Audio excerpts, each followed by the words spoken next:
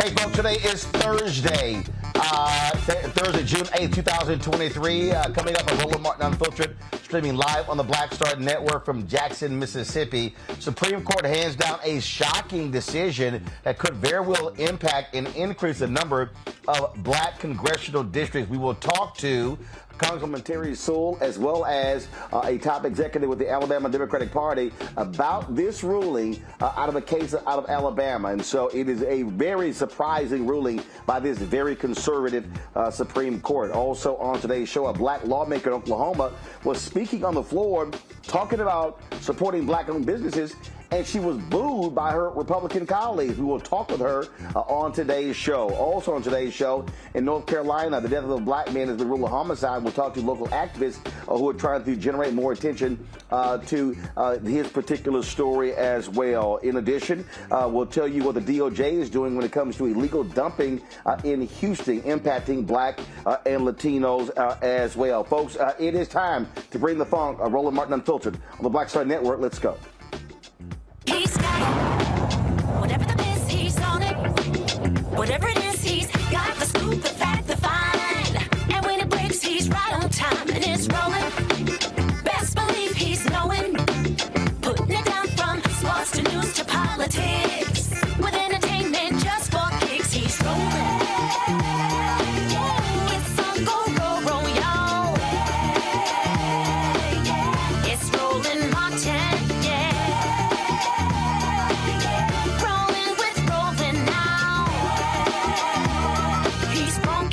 He's real, the best, you know he's Roland Martin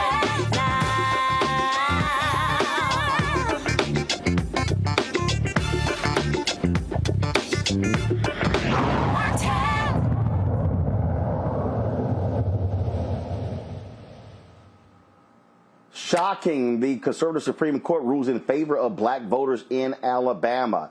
The case, folks, was a lawsuit filed in Alabama when it came to racial gerrymandering in Alabama and how Republicans in the state drew district lines, how they were packing African Americans into the districts. Now, right now, there's only one African American represents all of the black voters there in Alabama. Now, the court's decision was unexpected given its recent decisions regarding the Voting Rights Act. This 5-4 decision was written by Chief Justice John Roberts and was joined by fellow conservative Brett Kavanaugh, Sonia Sotomayor, Elena Kagan, and Ketanji Brown Jackson. It upheld a 3-judge panel that Alabama's congressional maps unlawfully diluted the political power of its black residents. The maps included only one congressional district with the majority of black voters, despite African Americans making up more than a quarter of the state's population. The ruling means that a second Democrat could be elected from the state, which currently, again, as I said, only has one black Democrat and 6 white Republicans in its delegation.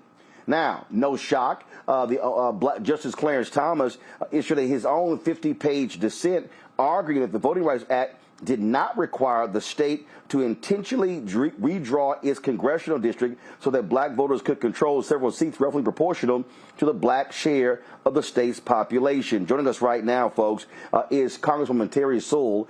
Glad to have her on the show, plus Joe Reed, Vice Chair of Minority Affairs for the Alabama Democratic Party. First of all, Congresswoman Sewell, I want to start with you. Again, this is a shock. Many people expected that this conservative Supreme Court was going to side against black voters in Alabama. I think all of us thought that initially, Roland. Let me just say it is truly a great day, not just for Alabama black voters, but for minority voters across this country. Democracy won today. And for what we are going to do in Alabama, it will affect what goes on in South Carolina, in North Carolina, in Ohio, in Louisiana. I think that everyone's excited about the implications of today. And to me, the most important thing is that this ruling upheld the Voting Rights Act of 1965.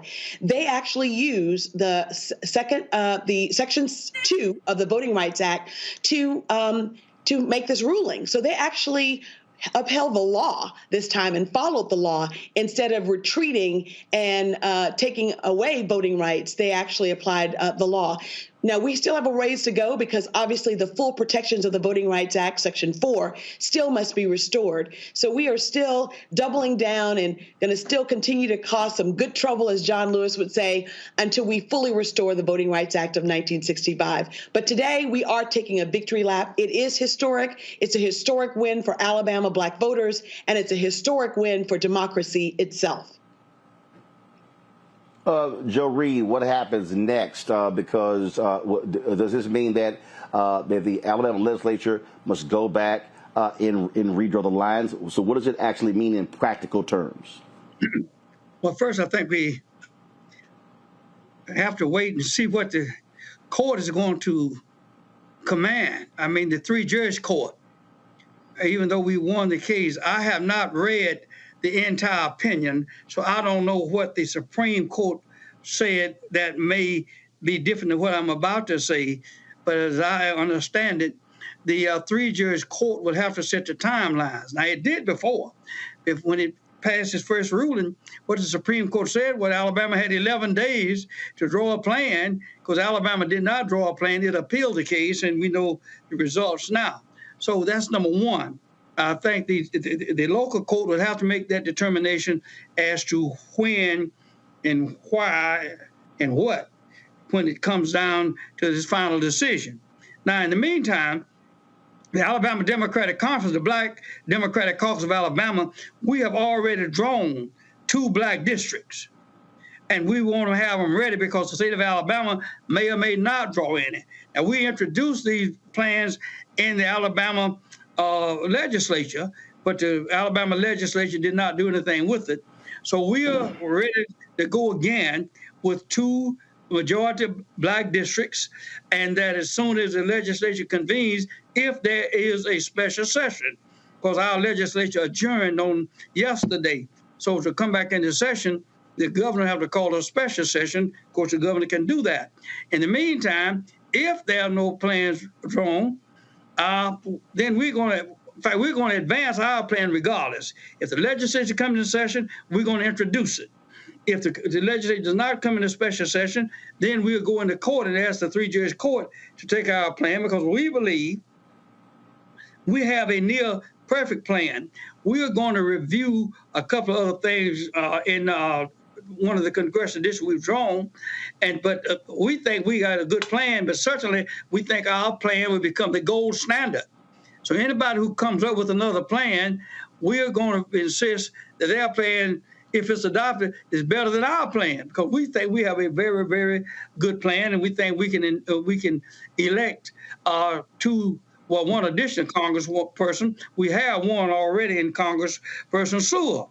So we don't need to look for one more, and we think we can elect somebody in that district black, and that's going to be very.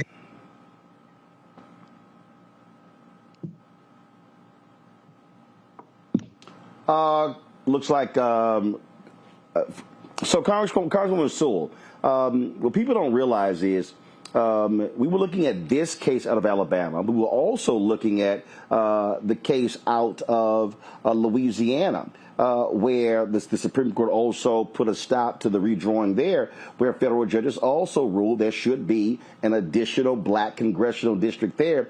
And for the people out there who are watching, need to understand, again, how these Republican legislatures are operating. They are hurting. They are disenfranchising black voters and black representation in Congress.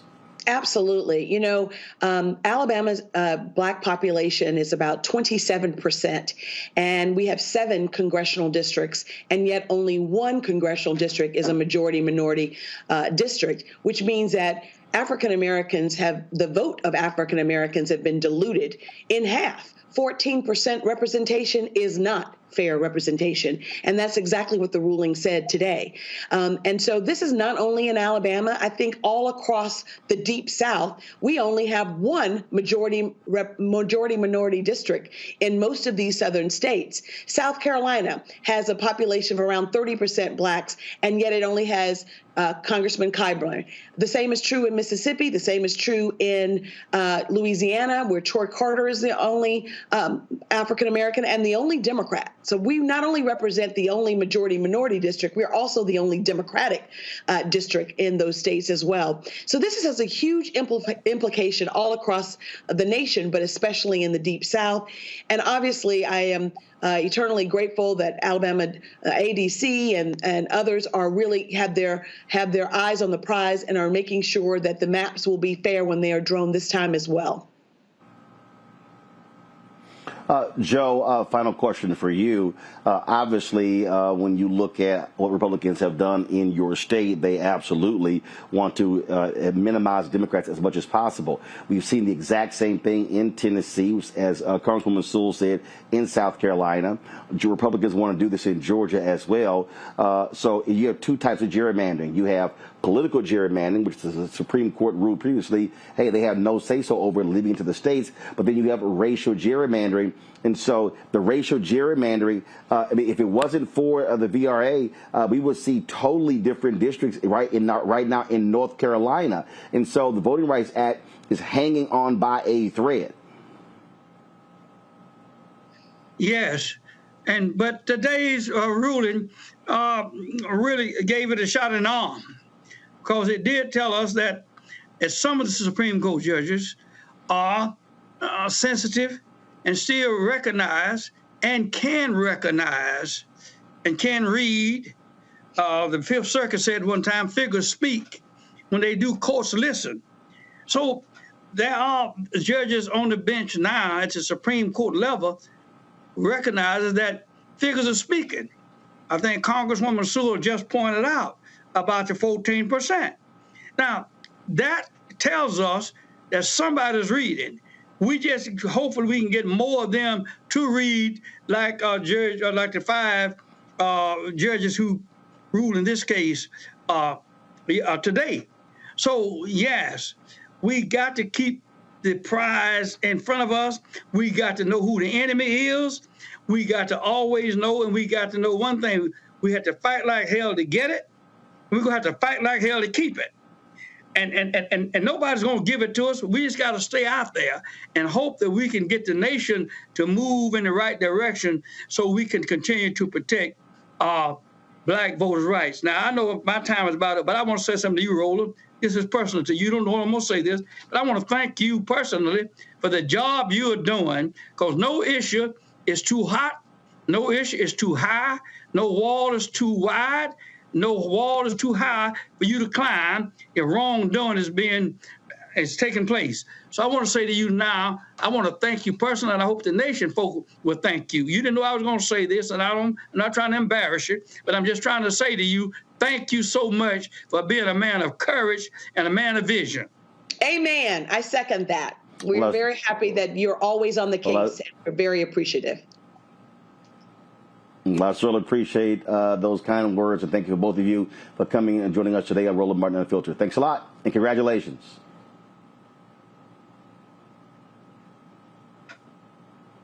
All right, folks, going to a break. When we come back, we will talk with our panel about this. Also, another Supreme Court decision that came down today as well regarding affirmative action. You're watching Roland Martin Unfiltered right here on the Black Star Network.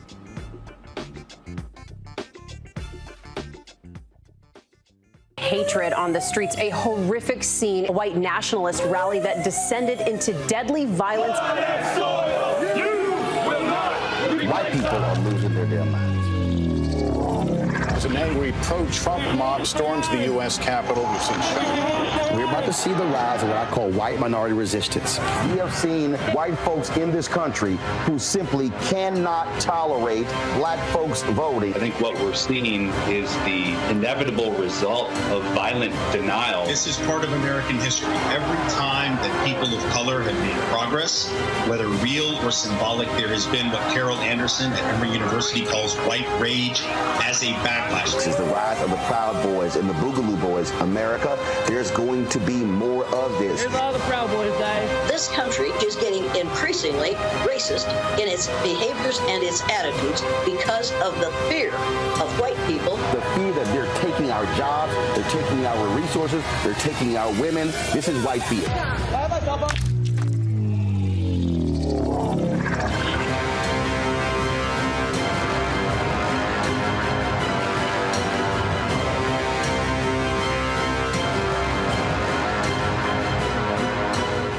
Black Star Network is here. Oh, no punch! I'm real revolutionary right now. Thank you for being the voice of Black America. All momentum we have now, we have to keep keep this going. The video looks phenomenal. See, there's a difference between Black Star Network and Black-owned media and something like CNN. You can't be Black-owned media and be scared. It's time to be smart. Bring your eyeballs home. You dig? Farquhar, executive producer, Proud Family. You're watching Roland Martin Unfiltered.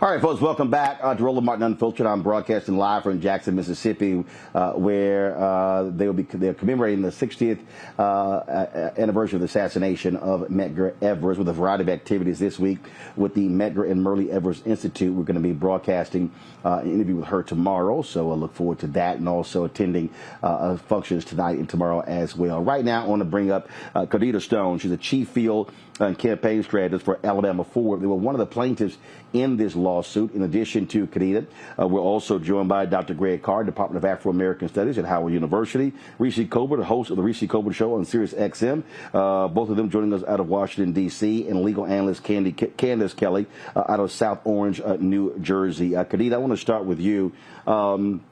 Again, I hope people do not underestimate how critically important this Supreme Court decision is for black voters there in Alabama. Y'all have been disenfranchised. When you talk about that black belt and when you talk about the Voting Rights Act, look, it was the blood of people there in Alabama that made the Voting Rights Act possible. And to have this vicious and nasty dissent from Clarence Thomas, who I'm quite sure was upset that Chief Justice John Roberts and Justice Kavanaugh chose to go against him, Alito, as well as Amy Coney Barrett. This shows you, for the people out there, why our legal warriors have to be respected and why we must fund those efforts, because the battle is not just in the streets, it's in the courtrooms, it's in the executive suites as well. Yeah, first I just want to say thank you so much, Roland, for having me. And I want to give some context about the case and how we got here. So for folks that's listening, Alabama has 7 congressional districts, and each one of those congressional districts represent 14% of the population. And when the 2020 census came out, it was found that Alabama had a population of 28% black people. And so if you do, like I just said, each one of those congressional districts represent 14% of the population. If you do the math, 14 plus 14 is equally 28, and that should equal 2 congressional districts. And so what we were asking for wasn't anything out of the picture. It was just simple math. We were asking for what we were owed. And what the Alabama legislature decided to do was just give us 1 congressional district and pack all black voters into Congressional District 7. And so what that did was it was a direct violation of Section 2 of the Voting Rights Act. And Section 2 of the Voting Rights Act says you cannot discriminate based upon race in any voting procedure.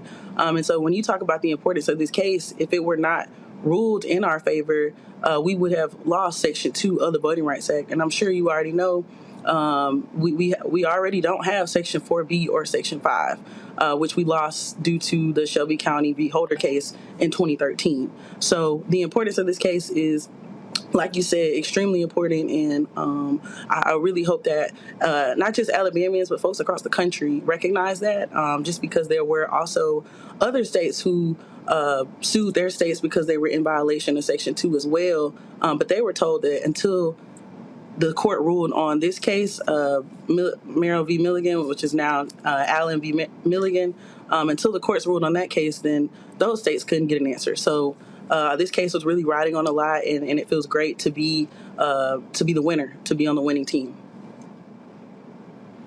And when we talk about representation, we're talking about billions of dollars in resources that come from having that representation, and by having more than one African American, what it also does is it means also respect. For those voters, because right now, to be grossly disrespected by packing nearly every black person into one district, it shows how shameful Alabama Republicans are. Yeah, it's definitely, when they decided to pack all Black voters into one district, it was definitely a dilution of Black political power. And when we don't have that representation, our worldviews aren't shared at the table. The way we feel about things, the things that we need in our community are at the table. And when we aren't at the table, we don't have a seat at the table. The only thing left for us is to be on the menu. And so it feels nice to not be on the menu now for once, and to actually be a part of that table and have a second congressional district drawn for Alabama. Greg Carr, I want to go to you again. That vigorous dissent of Clarence Thomas shows exactly what kind of petty man that he is. Well, Clarence Thomas is being consistent. Clarence Thomas, as far as he's concerned, I did read the dissent, his and Alito's, as well as Roberts' 34-page majority opinion, and the small concurrence that Kavanaugh led. Clarence Thomas is being consistent. As far as Clarence Thomas is concerned, the federal judiciary has no place in redistricting. He reads Section 2 of the Voting Rights Act and the enabling constitutional amendment, the 15th Amendment, to say that the 15th Amendment and the Voting Rights Act, Section 2, guarantee access to the ballot and voter qualification. He reads that very narrowly. In other words, as you said a moment ago, political gerrymandering isn't covered under Section 2, according to Clarence Thomas's world. I think what we saw today was absolutely a victory, but it was a temporary victory. As you heard Joe said, now they got to redraw the maps. And then the other cases can go forward. Now, what John Roberts and Brett Kavanaugh did, remember, these are political operatives. They are probably the two most political operative-minded justices on the court. Both of these guys were warriors in the Republican Party. Johnny Roberts pumped the brakes today because he sees a little country falling apart. So remember now, what you saw with this is the Supreme, what this really revealed is that the Supreme Court, this is the thumb of the Supreme Court in the 2022 midterms. They said today that the maps that they allowed to go in place, which robbed the Democrats of some congressional seats in the midterms, are invalid. This is the hand of the shadow docket. I mean, I hate to do this, but it's time to be smart. We have to think about this very, very, very seriously. So when you read Robert's opinion, what he's not saying that they can't draw maps that will ultimately sell us out. Because remember the last 10 years with Shelby County versus Holder, and more recently, Brnovich, the Arizona case, where they put beyond the ability of the courts to adjudicate some of this stuff in terms of ballot boxes and disqualifying voters. Remember the Wisconsin case, the Gill case, where they said they can't as you said, they can't deal with political justiciability. In other words, political gerrymandering are not justable. He's basically setting it up so they can pat themselves on the back for the crime they committed in 2022 when they allowed Alabama to use those damn maps in the first place. And that brings us to this. Today we live to fight another day. But make no mistake about it. The sentiment to eviscerate the Voting Rights Act still lives. All they did today is say, Alabama, go back, draw the maps, bring them back. We'll see next time. We have to be smart about this today. Right. Candace, your assessment. Well, Greg is absolutely right. And one of the things that we need to do, as you said, the legal warriors that get into court and really make the arguments, that's where it really matters. You have to look at Clarence Thomas's case. He essentially is saying that the Voting Rights Act has no teeth and that it does not prevent gerrymandering at all. He also said this in kind of the context that, voting rights has nothing to do with discrimination, which makes no sense at all, because that's exactly why the Voting Rights Act was set up. So we have to look at that. But we also have to look at this idea that we've been talking about tonight, that if we go down to the lower court in the three-judge panel, 2 of those judges were appointed by Trump. Then you go up to the Supreme Court, and in this 5-4 decision, you have Roberts and you have Kavanaugh crossing over in this 5-4 decision, and that brings us to where we are today.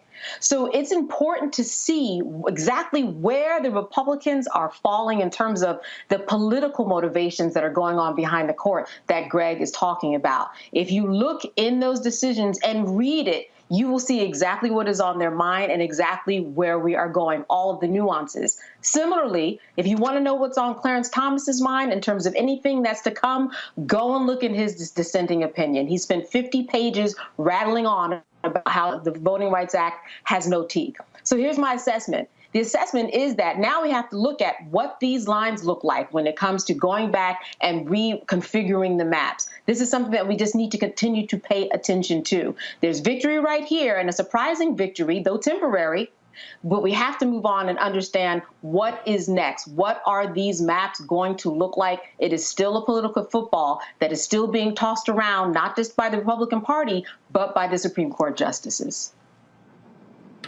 And the reality, Reese, is look, the Alabama legislature could go back and still screw black voters. But this is why we also make the point constant in this show, why voting is critically important and why judges matter. Yeah, absolutely. I mean, I think the reality is that the Supreme Court has a legitimacy problem when they overturned Roe v. Wade, when they've done all of these very extreme far-right opinions. And so now what they're trying to do is trying to seem just a little bit more reasonable without necessarily restoring the teeth of the Voting Rights Act. As Dr. Carr said, and as Candace said, we live to fight another day. But as you just pointed out, Roland, we still are at the whims of the Republican Party to actually draw maps that are actually legal. And we've seen the Supreme Court either drag their feet in enforcing or actually make it so that these maps, even if they are completely gerrymandered, even if they are completely racist, don't necessarily get thrown out. And so we have an important victory here today that will open up the door for more challenges.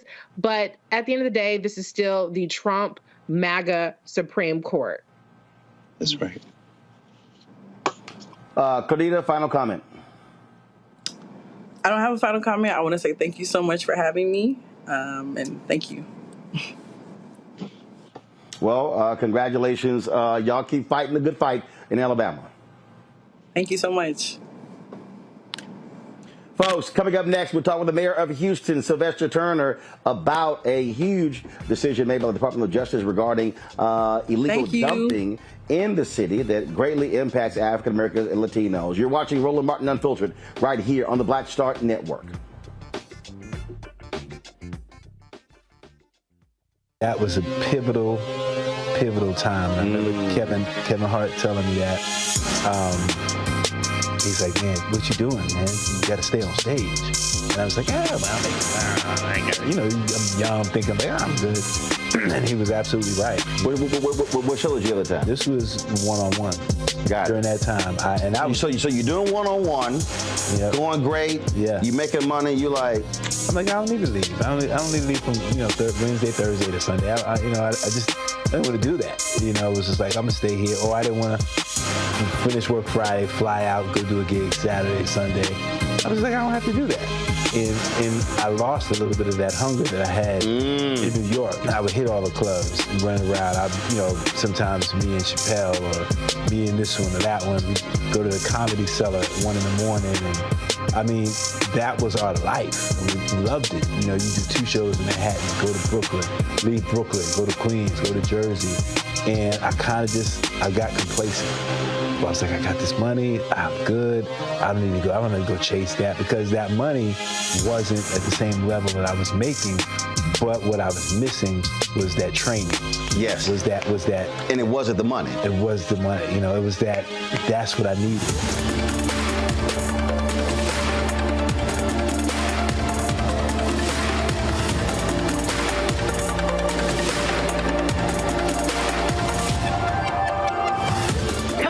On the frequency right here on the Black Star Network. Shanita Hubbard. We're talking about the ride or die chick. We're breaking it down. The stereotype of the strong Black woman. Some of us are operating with it as if it's a badge of honor. Like, you even hear Black women like aspiring to be this ride or die chick, aspiring to be this strong Black woman trope at their own expense. Next on the frequency right here on the Black Star Network.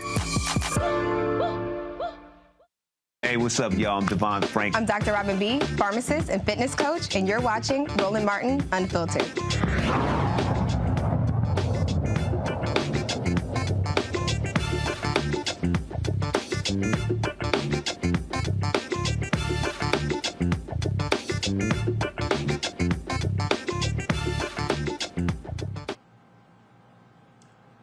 after 10-month investigation, the Department of Justice and the City of Houston, they have reached an agreement in its environmental justice investigation to the city's response to illegal dumping in Black and Latino neighborhoods. Residents in the city's northeast section have complained of illegal dumping of trash, medical waste, and animals for years. The agreement builds on the city's One Clean Houston initiative, a plan addressing the illegal dumping and its impact on Houston residents. Joining us right now is the mayor of my hometown, my alpha brother and fellow church member of the Church Without Walls, Sylvester Turner.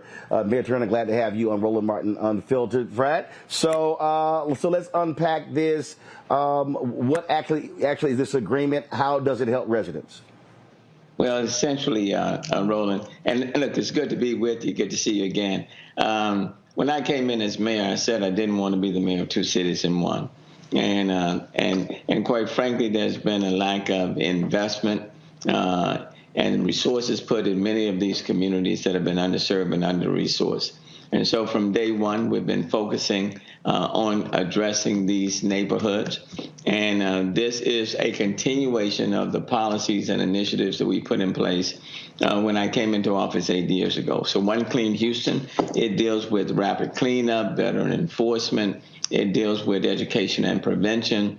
It's putting in place a number of resources and dollars in order to address illegal dumping by third parties, I might add, in communities of color, where people either don't respect these communities, or in some cases, there are people who are dumping in these communities and they live in these communities. So we're spending about $18 million and more to put forth initiatives in place to clean up these neighborhoods. So how do you stop it? I mean, obviously, people are just doing whatever. And so what type of enforcement to prevent the illegal dumping from happening? Well, it's a multiple approach. And one, we are working to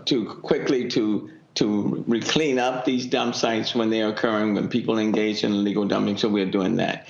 But on the prevention end, the enforcement, we are beefing up the number of inspectors.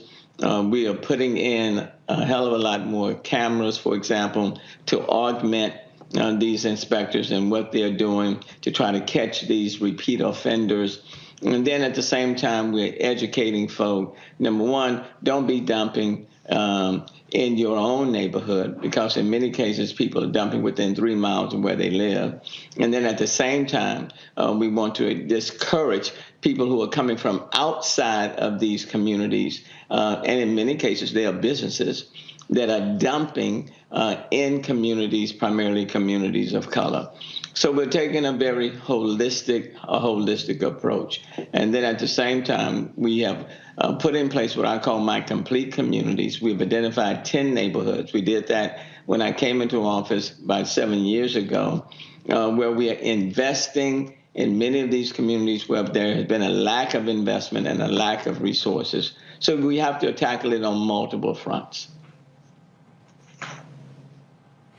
So, and so you're obviously in your last year, and when we talk about again, illegal dumping, you've had housing issues, economic issues.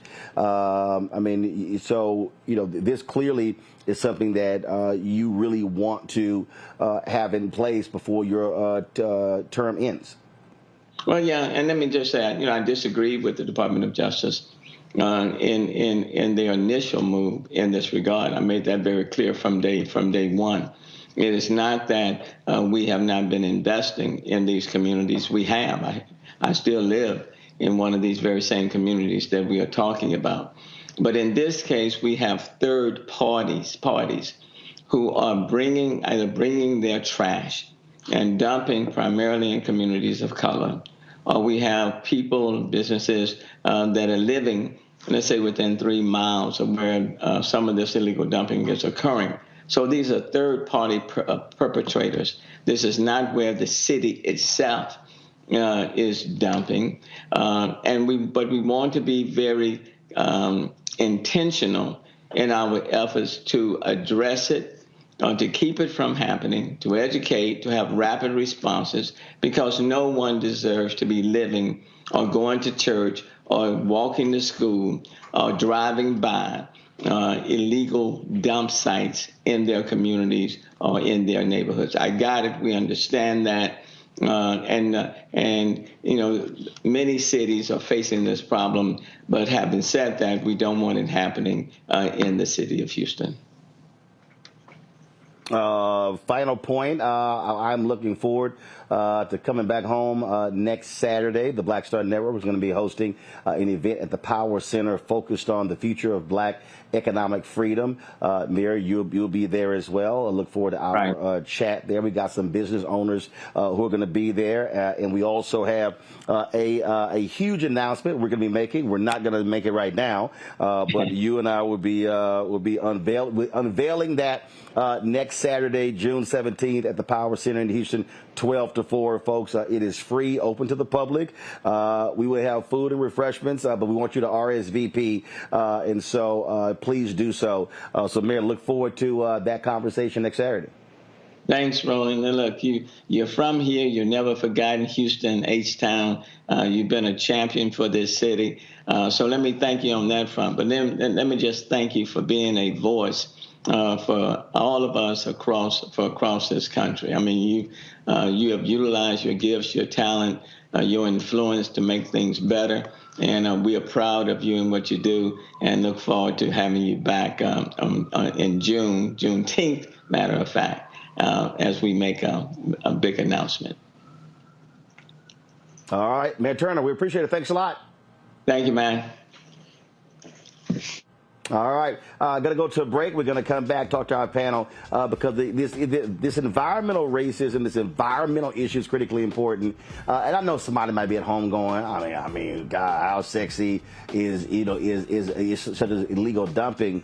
But when you talk about how our communities are impacted, the health of our communities, how, all these things matter. And so we also need to be advocating for those of us who are in neighborhoods to be community watchdogs to make sure it does not happen. So we'll unpack that when we come back right here on Roland Martin Unfiltered on the Black Star Network. If you're watching on YouTube, hit that like button. We want to make sure that we're over 1,000 likes. We want to try to hit 2,000 likes every single day, so it impacts the algorithm, which impacts the revenue that we're able to generate. Also, download our Black Star Network app. Apple phone, Android phone, Apple TV, Android TV, Roku, Amazon Fire TV, Xbox One, Samsung Smart TV. You can also support us with your resources. Trust me, your dollars make it possible for us to travel the country. We're here in Jackson, Mississippi right now, covering the Medgar and Merle Evers Institute events all this week. So send your check and money orders to P.O. Box 57196, Washington, D.C., 20037-0196. Cash App, $RM Unfiltered, PayPal, R Martin Unfiltered. Venmo is RM Unfiltered. Zelle, Roland at RolandSMartin.com. Roland at RolandMartinUnfiltered.com. We'll be right back.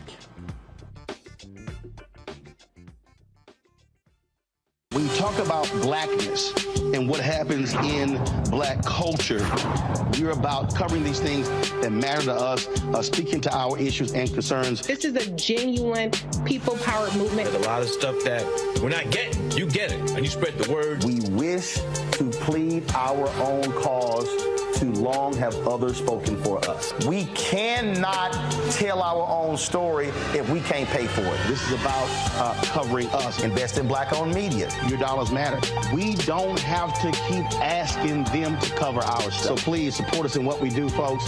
We want to hit 2,000 people, $50 this month, raise $100,000. We're behind 100,000, so we want to hit that. Y'all money makes this possible.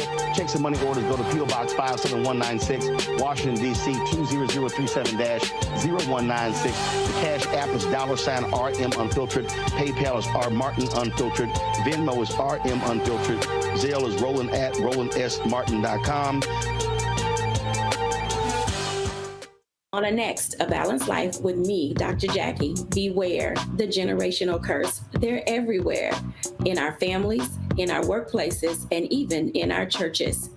It's like a minefield, identifying the curse and knowing what to do about it. When we're talking about generational patterns, oftentimes we get locked into those patterns because we don't want anyone to say, oh, you acting brand new, or you doing something different from how this is how we always did it.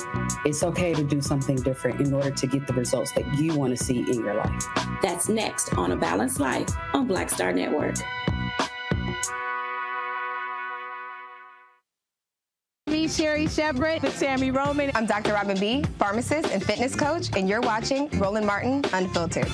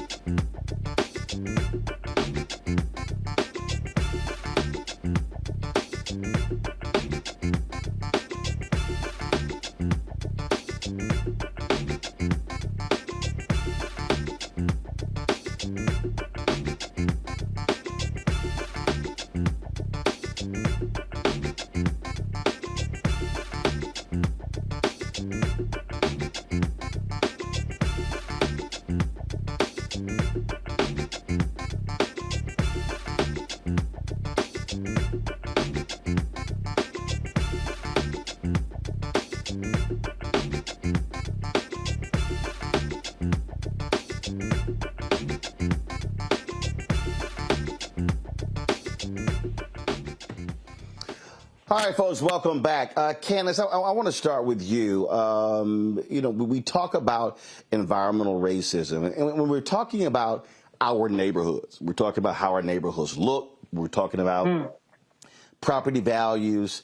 Look, things like this make a huge difference. And I'll tell you, I am, if there are two things I'm probably OCD about, is probably my gear when it comes to television, my camera gear and others, and trash and litter. And I'll tell you, it absolutely drives me crazy when I see folk just do something. So the other day I was standing outside our studios, and someone had a bag of chips, and they threw the bag into the sewer system, and I was like, bruh, it's a big ass trash can right there.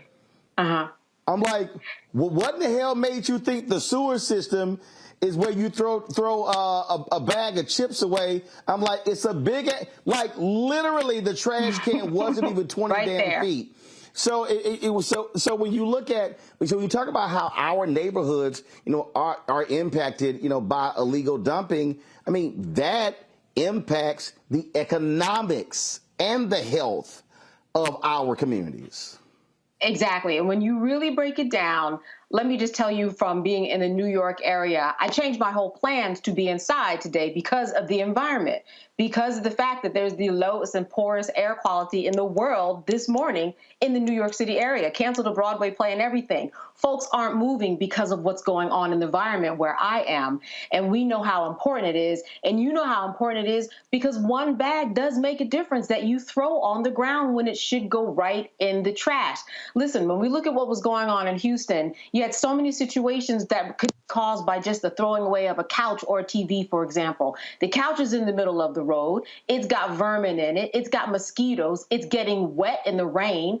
It's also maybe clogging up a system where then you have the whole water system that's clogged. Then you have the value of the property going down because of the fact that you've got all this garbage out there. So you are correct. when we talk about the environment, it may not be so sexy, but it's also really not sexy when you come outside and there's a heap full of garbage outside, or you can't see the sun because the sun is covered in orange glaze. It should not smell like a small cookout every time that I go out, and that's what's going on today. So the environment is very important, and it's something that people need to take more seriously. Here's one thing that I don't understand, Roland, though, and I know that there have been so many years, all the way up to the point where a resident in Houston, an organization, had to file a lawsuit and get the DOJ involved. How is it that in 2023 we don't know how to stop the dumping? And I know you asked that question, but you know, if you have an area that has so much dumping over a week, put a police car there for 24/7. That's probably going to stop the dumping. It seems like some issues were overlooked, which is why the DOJ ultimately had to get involved. Folks were calling 311. They were not getting the response that they needed. But now, as we know, they have settled it. You know, the terms of the agreement aren't really open right now. But the key is that something is being done, because it's more than just about the potato chips that are on the ground, which are very important, more than about the couch. It builds, and it gets to a point where it becomes just not even livable and disrespectful to one's way of living in this world, especially in America. This issue of our environment, Reese, is huge. Candace talks about what is happening there in New York City with the air, which is being impacted by Canadian wildfires. The reason I find it interesting, and first of all, people should be making a big deal out of it, although I do think when stuff happens in New York City, because that's the media capital of the world, people get extra about stuff. I remember when that similar scene was over the city of Dallas and Houston, when we were impacted by the wildfires that were in Mexico, and it looked very much the same. This is going to be something that we as a community and we as a nation and a world is going to have to deal with. There are people who literally act as if the earth is one big ass trash can. When you look at the dumping that takes place in oceans, in rivers, and lakes as well. When you talk about how you have these corporations that have no problem polluting and contaminating our waterways as well. And at some point, people have to realize that the earth can get sick too. And so it has to take a collective sort of effort. And I really do hope that the folks in Houston are very aggressive in catching the folks who are doing the type of illegal dumping, because they're not dumping in their neighborhoods, Reese. They're dumping in our neighborhoods. Yeah, I mean, I think if we put as much energy into naming and shaming people who dump in our neighborhoods as we do into naming and shaming Black women who wear bonnets or pajamas to the liquor store, I think we might get somewhere when it comes to making people understand the severity of the issue. But I think to Candace's point about, you know, what took so long, why did it take DOJ involvement? I think it's important that we recognize the importance of layering protections. It's not just about the state level, but when even when you have Democratic leadership at the local level, even if you have good Democratic leadership at the local level, it still always helps to have that leadership at the federal level that takes issues like this very seriously. Kristen Clark has been an exceptional Assistant Attorney General. I also happen to know that environmental justice, legal dumping is something that is very much a cause that Vice President Kamala Harris cares about. When she was district attorney in San Francisco, she created the first ever environmental justice unit there. She also championed that work as Attorney General. That was a big part of her presidential platform and her Senate work. And so when you have people at the state, local, federal level that are focused on getting environmental justice, which is racial justice for our communities, then we'll see progress. But the reality is that the government cannot stop you from not having no damn home training and dumping shit in somebody else's yard. So that's where we as a community, to your point, Roland, need to come together and say, not here, not now, get your own shit, put it in the trash can, go find a facility and dispose of it there, not on my yard. Great.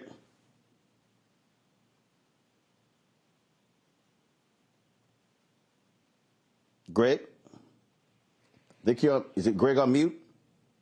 Yeah, I'm sorry about that. Yeah, thank you. Yeah, right there in your hometown, Roland, of course, you have Dr. Bullard, Robert Bullard, over there at Texas Southern, who's often called the father of environmental justice. One of his best-known books, of course, is his book, Dumping Indicted, where he talks about that. I mean, this has been a long-term problem. And picking up exactly where Candace left off, I mean, it relates to this smoke. Here in the D.C. area, woke up with this haze. Philly, tomorrow, public schools are going to go for remote instruction. The environment is here. There's a recent book that Paul Finkelpin has just written called The Earth Transformed. He's at Oxford in England, and his thesis, after 600 pages, is very simple. As you said, the Earth can get sick, but guess what? If human beings are the cause of that, the Earth will simply get rid of us.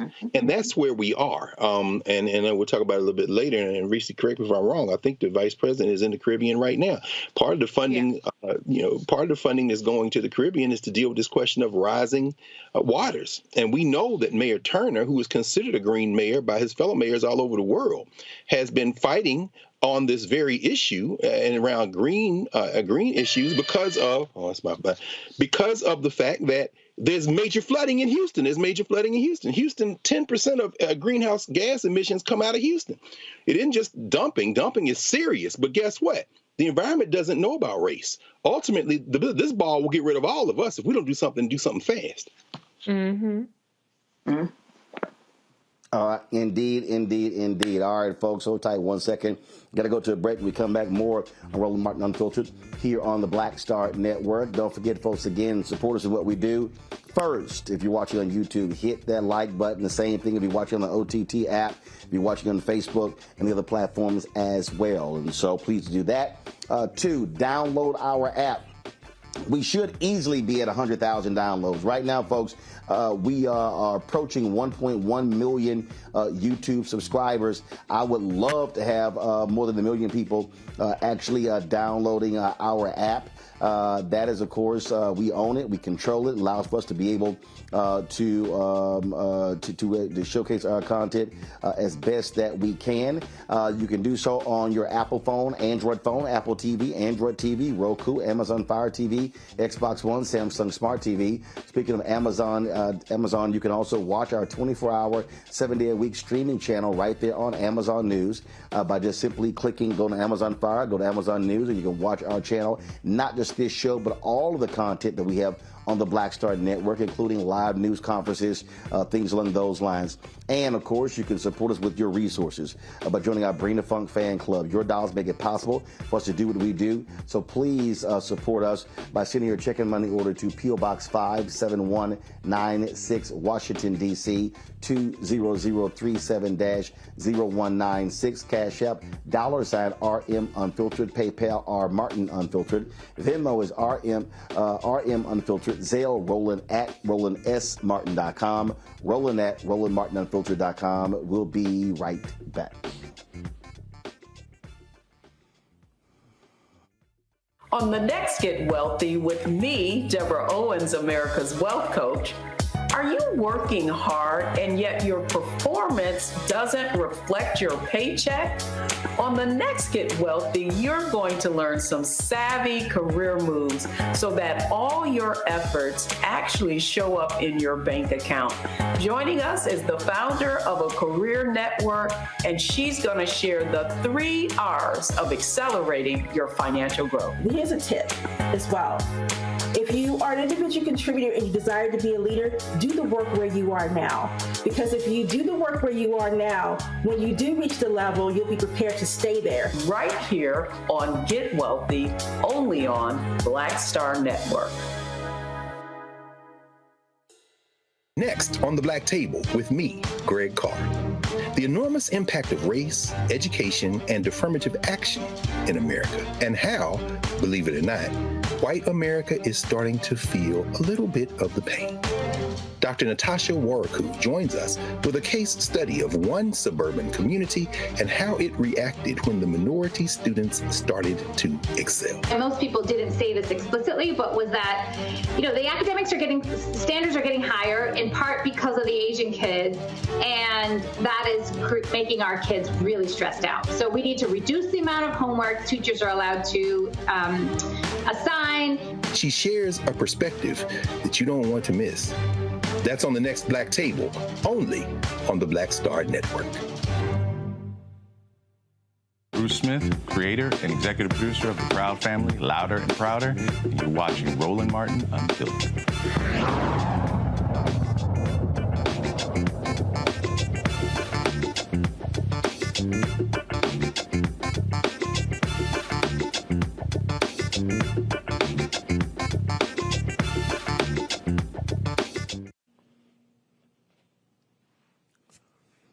All right, folks. So in September, I dropped my book, White Fear, How the Browning of America is Making White Folks Lose Their Minds. This is the book cover. Come on, y'all. There you go.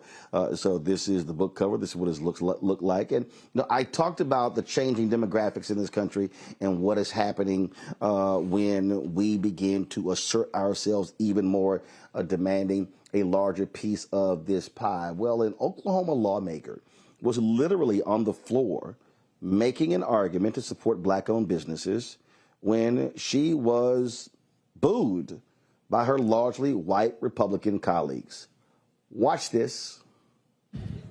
Thank you. I did notice that you've just changed, you've gone from woman to women, but would you agree that as you talk about diversity, that as it relates to white males, that they already get a great majority of the jobs that we have in the Disadvantaged Business Enterprise Act, is just trying to level the playing field, and for all the white males that are booing, would you agree that they have already enjoyed a great privilege in America as it relates to job contracts?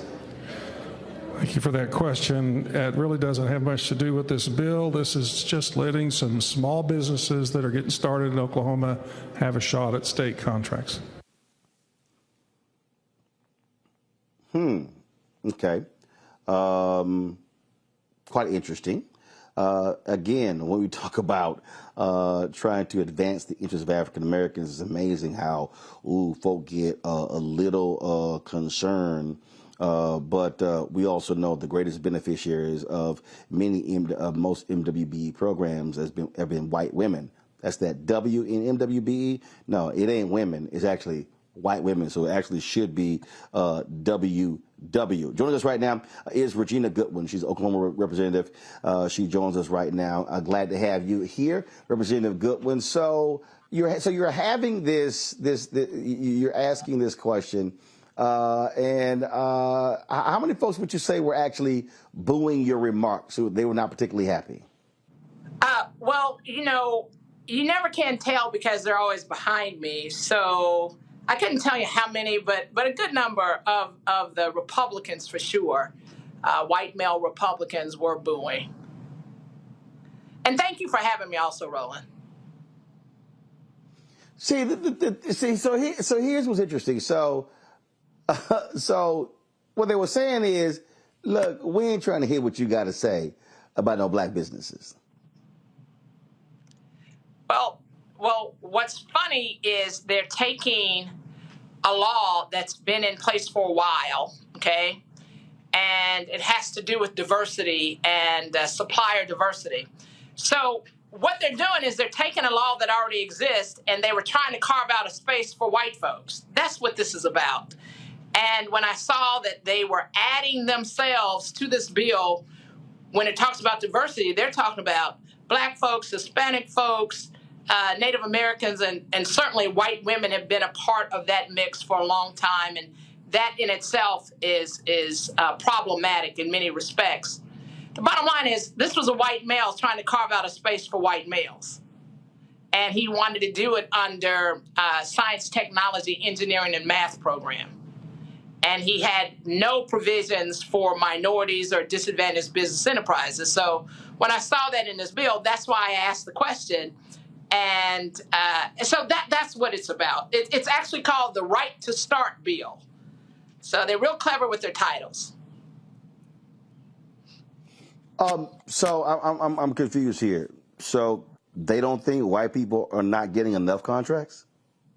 I explained that on the House floor, that not only are there a majority of the job contracts go to white men and white women. I said that on the floor. And particularly in Oklahoma, when it comes to disadvantaged business enterprises, Black folks get something like 0.0006% of that work. So we don't even get 0.5%. And they're already trying to claw back the little bit that we do get, right? So, no, they cannot make the argument that they do not get a majority of the contracts. They cannot credibly make that comment. He just literally said he wanted a bill that would give folks a right to start. What's the status of the bill? What happened? Was it passed? So it did pass off of the House floor in the House of Representatives. It went on over to the Senate. So it did not get signed by the governor, and it sits now in conference. So it didn't make it out of session this year. And we are having to go back into special session, but that's not one of the issues that we're going to be looking at. All right, then. Representative Goodwin, keep up the good fight. We got to keep up the good fight. And Roland, I do want you to know that, we have kept up the good fight, so much so that community folks have been able to get in on the Reconnecting Communities project with the Department of Transportation. We did not partner with the Department of Transportation in Oklahoma. We did not partner with the city of Tulsa. And we are certainly going to make sure that we have a representative number of capable disadvantaged business enterprises, particularly Black folks, that will be in on those projects. So a lot of work to be done, but we're going to keep up the good fight. And thank you for having me. All right. All right, then. Keep it up. We appreciate it. Thanks a lot. Thank you.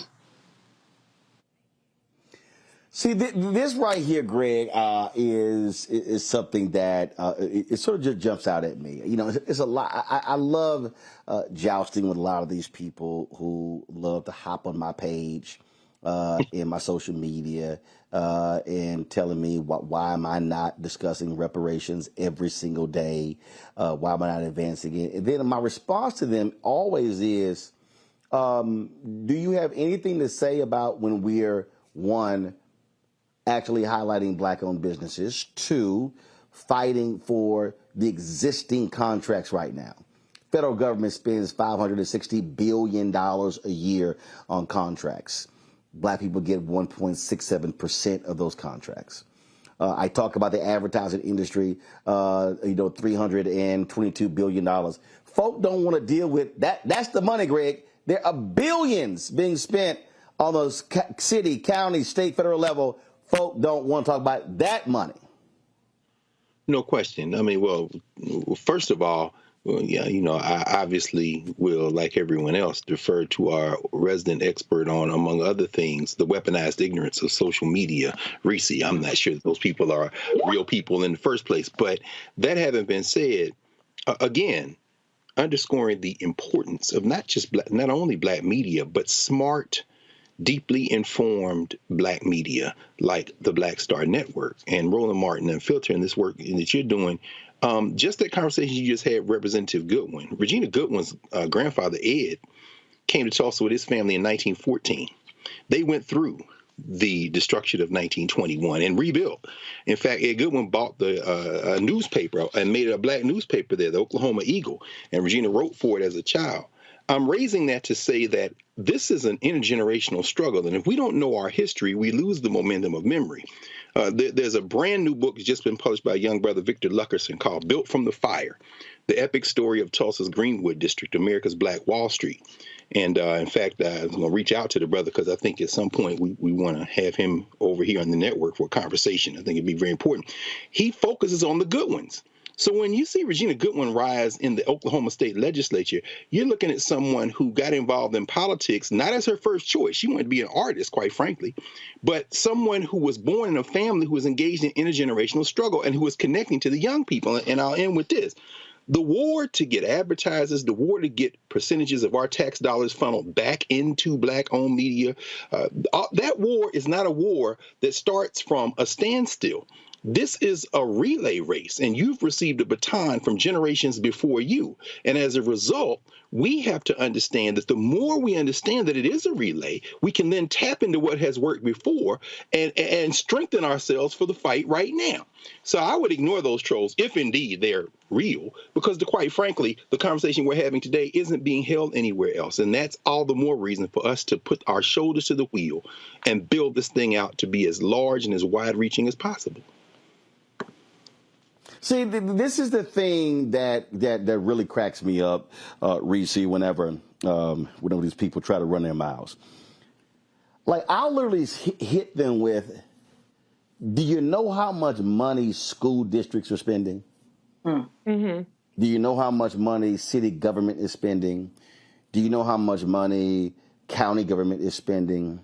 Do you know how much money state government is spending? Do you know how much money the federal government is spending? Do you know that the U.S. Department of Agriculture actually has the largest bank out of all federal agencies? That the USDA has a bank that funds stuff that other banks won't fund? There's a reason. There's a reason why a white man, a white member of Congress, once told David Scott, if there's one thing you can bank on, there will never be an African American who is the committee chair of the Agriculture Committee. Well, when Democrats took control of Congress, David Scott became the first black chair of the Agriculture Committee. That's where the money is. Right. And the thing that just trips me out when I listen to all these ridiculous people, man, black folk, we got to do for self, which I don't disagree with. Mm-hmm. But what I explain to them is, how are you going to totally ignore the money that is being spent that we as black people are contributing to? I'm in Jackson, Mississippi right now. Black folks in Jackson are damn near funding the entire state of Mississippi. Right. So if we're demanding city and county and state contracts, what we're actually demanding is our own damn money come back. Hello. I mean, the reality is that so much of, I think, Dr. Carr hit the nail on the head in terms of it being manufactured, and these are really chaos agents. Because if we spent the amount of energy that these chaos agents are spending on trying to gen up dissatisfaction around an issue that really is not politically tenable at any point in probably the near future, if we put that energy around educating people on how to access the programs, the funds, the initiatives that are out there, that are already out there. The money is already out there. We just aren't getting it. Part of the reason why we're not getting it is because of systemic barriers. Part of the reason why we're not getting it is because we don't know about it. Part of the reason why we're not getting it is because even when we do know about it, we don't have the resources to and we don't have the know-how to actually go through each step that it requires to get the certifications or to apply for the grants or to apply for the request for proposals and a number of things. And so what Black people have more than anything is an access problem, as opposed to the government isn't spending enough money problem. There is so much money to be made out here in these streets. We gotta go get it. And that is something that the, Roland Martin Unfiltered Black Star Network, that's something that you have done as a mission to try to get Black folks to understand we gotta get this money. I mean, Candace, it is absolutely crazy to me. So what Representative Goodwin is literally saying is like, folks, when we're frozen out, we can't grow our communities. I go back to Atlanta. Maynard Jackson becomes mayor in 1973. The numbers don't lie. African Americans were receiving 0.0012% of all city contracts. Not 1%, not 1%, not 0.5%, not 0.25%, but 0.0012. And so Maynard Jackson, Andrew Young, Maynard Jackson, Bill Campbell, Kasim Reed, Shirley Franklin, Keisha Lance Bottoms, now Amir Andre. I mean, what I'm laying out for folks to understand is it's the money. If you're not having a money conversation, you're not having an American conversation. And so I believe, and let me be real clear, this is not criticizing any civil rights group or anybody else. But we can fight, we absolutely can and should be fighting for civil rights, criminal justice reform, ending mass incarceration, police reform, all those different things. But if we ain't going hard in the paint for the money, they really don't mind us doing what we're doing. They really ain't tripping. They like, yeah, y'all go ahead, y'all keep doing that. Right. But what did Coretta Scott King said? Right. What did Coretta Scott King said? They killed my Martin when he started talking about the money. I'm in Jackson. They didn't want to lift a finger for Mayor Lumumba when he said, I'm going to D.C. to get that water money. Come on when now. When he went to D.C. and got the $600 million, then they wanted to take over the water system. That's right. I'm only 10 minutes from the airport.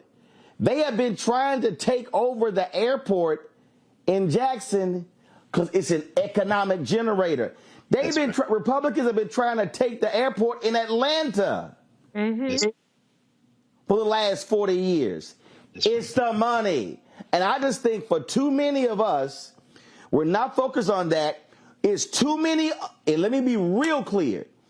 It's too many lazy, shiftless, egotistical, self-absorbed, individualistic, egomaniacal black people sitting on corporate boards right now, getting their stock options, getting their check, and not advocating on behalf of black businesses, not advocating on behalf of more contracts. And let me say this right now, I need to know where the hell is the Executive Leadership Council, ELC, in demanding these companies meet their obligations at the death of George Floyd. I need to know where is ELC in demanding more of these contracts.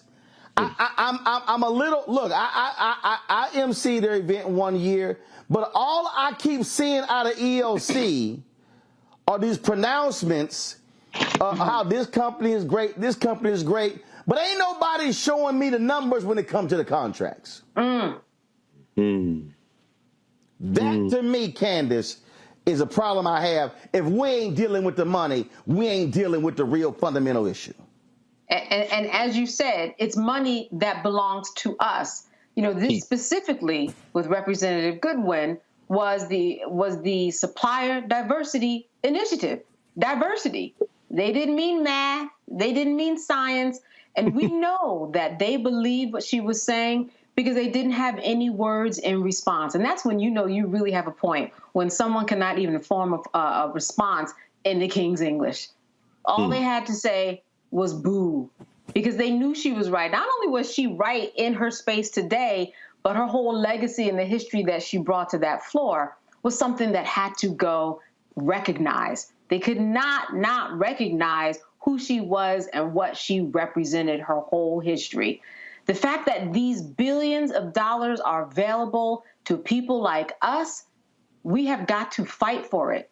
And when we do fight for it, the same way that she is fighting for it on the floor, then that's when changes are made. You know, a lot of these contracts have DEI connections to them, diversity for a reason. Why? Because people on their own volition are not giving contracts to Native Americans, to African Americans, to the minorities that we are talking about when we talk about diversity, when we talk about diversity, equity, and inclusion. We are not being included. That's why it's called diversity, equity, and inclusion.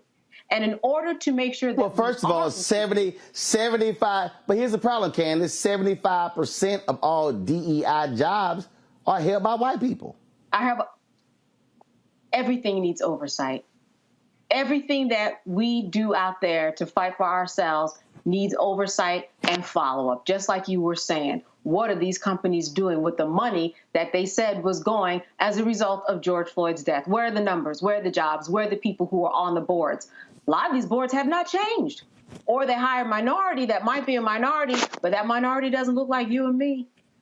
It is the follow-up that is so important in all of this. And just the knowledge to know, oh, there are billions of dollars of contracts that I can get. And that's why this show is important. And being informed is important. And someone who's on the floor and representation is important because she's the one and only person who was fighting for this in terms of being a person of color and fighting for that diversity initiative. That's why voting matters. That's why representation matters. It all eventually leads back to the money. Let me just, here's a perfect example. And I know I got to go to break, but I just want to give y'all this one example of just how insane we sometimes do some stuff. So I was a national student representative on the board of the National Association of Black Journalists. And the board voted not to accept alcohol and tobacco money. Okay, I totally understood why. Now, first of all, as somebody who's allergic to smoke, as somebody who doesn't drink, has never drank, I'm like, that's fine, Roland, I'm good with that. But here's what was confusing to me. And Greg, Candace, and Reese, y'all gonna get a kick out of this one. We would literally pick convention hotels based upon the size of their bar to accommodate our members and the amount of alcohol we drank. Yes, sir. Whenever you do these conventions, you have a room block, and then you have a food and beverage minimum you have to hit per the contract. We always exceeded the food and the beverage. Always. So I remember we had our convention in Orlando, and we had it at Disney World. And I swear, every 100 feet, it was a bar or like tubs that had alcohol in it. And again, I don't drink.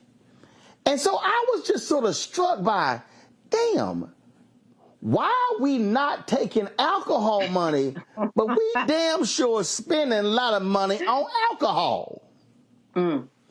So the next day we have a business meeting, and so this is the one time the membership we can literally override anything the board does at the membership meeting. So me being an astute politician, I was no longer on the board, but I know how to count votes. We had this really contentious issue, and a lot of people left the room. Well, the reality is, you may not even have 100 members who are at the membership meeting. We got 4,000 members now. So I'll tell y'all what I did. So I immediately, Greg, you know exactly what I did, being a smart alpha. Or some might want to say a smart ass alpha. Yes, sir. What I did was I went to the floor, introduced a motion to overturn the board's decision from several years earlier to allow us to accept alcohol and tobacco money. and it got second, it got voted upon. Fools didn't even realize it got passed. Boy, they were yelling and cussing at me. The people who left came back cussing. I said, your asses should have left the room. No question.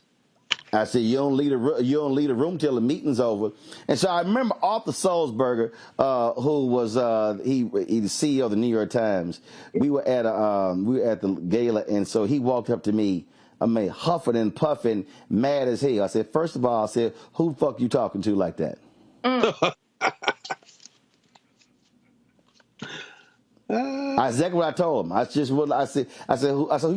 then I said, if you got a problem with this here, I said, why don't you increase the amount of money you, the New York Times, gives to us to replace whatever alcohol and tobacco money that might come in? How about that? Then his ass got real quiet.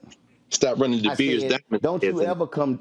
I literally said, don't you? I literally said to him, don't you ever come to my face telling me how we should be conducting our business in NABJ unless you ready to write a bigger damn check. That's right. That's right. Now, for the folk who are watching, you may say, Roland, why would you take alcohol and tobacco money? I just told y'all, we spend thousands of dollars at our convention. I'm talking about the bar is packed. We spend thousands of dollars. It is stupid to me. It is community suicide to send money out of your community and not bring money back into your community. So what I hope people are learning from that, we should be asking again, we're spending X amount of millions on these products and these products and these services. How much we getting back? What PR companies are being used?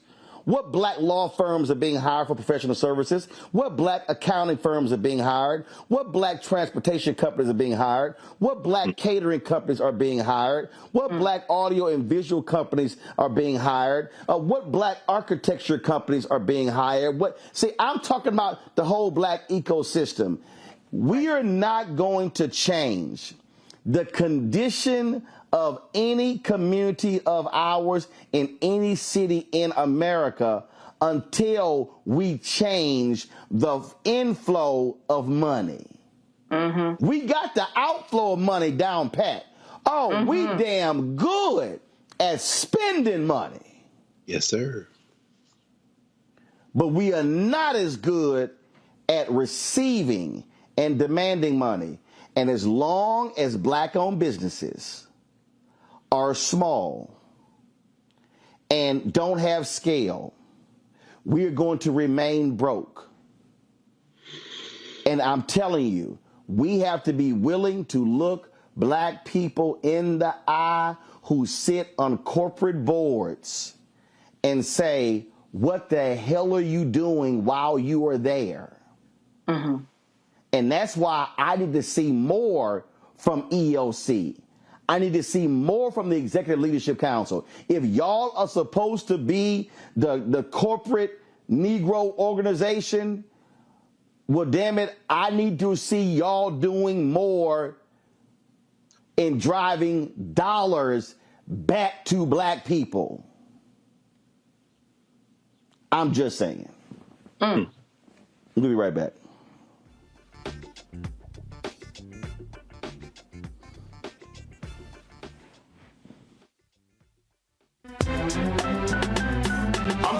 Muhammad, live from LA.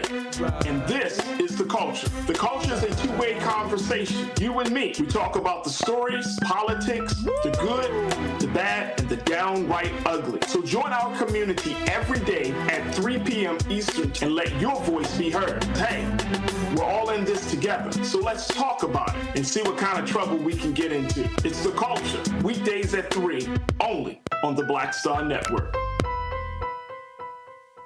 Hatred on the streets, a horrific scene, a white nationalist rally that descended into deadly violence. White people are losing their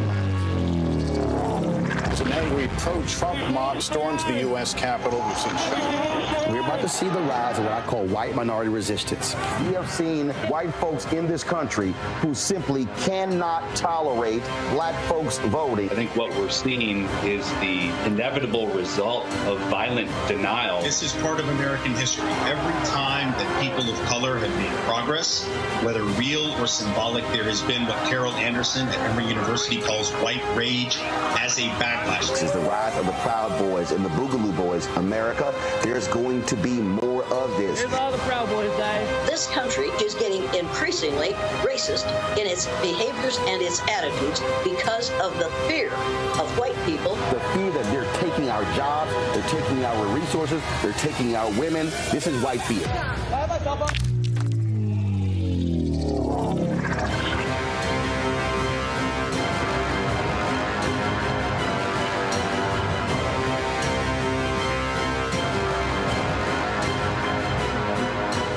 Black Star Network is here. Oh, no punch! I'm real revolutionary right now. Thank you for being the voice of Black America. All momentum we have now, we have to keep this going. The video looks phenomenal. See, there's a difference between Black Star Network and black-owned media and something like CNN. You can't be black-owned media and be scared. It's time to be smart. Bring your eyeballs home. You dig? Me, Terri Sewell, and you know what you're watching, Roland Martin Unfiltered.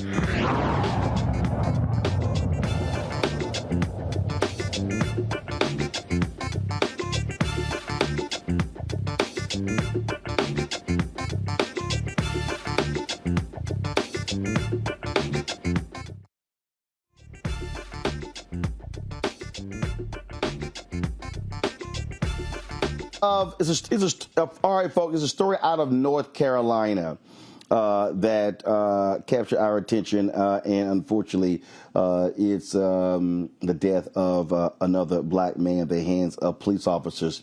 The Raleigh Medical Examiner's Office had determined that Daryl Tyree Williams died from sudden cardiac arrest in the setting of cocaine intoxication, physical exertion, conducted energy weapon use, and physical restraint. Daryl and a friend were sitting in a parked car on January 17th when police approached the vehicle, conducting what Raleigh police call preventative policing.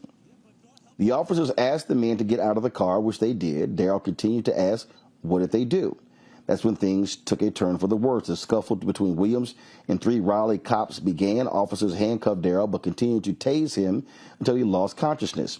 He repeatedly told the officers that he had heart issues. Williams died in the hospital an hour later. 6 officers are on leave as the State Bureau investigated the incident.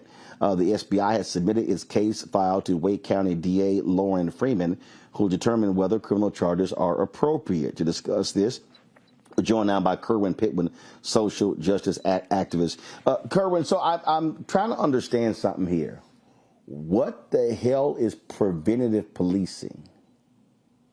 So preventative policing is nothing more than a fancy name for Raleigh's own stop and frisk.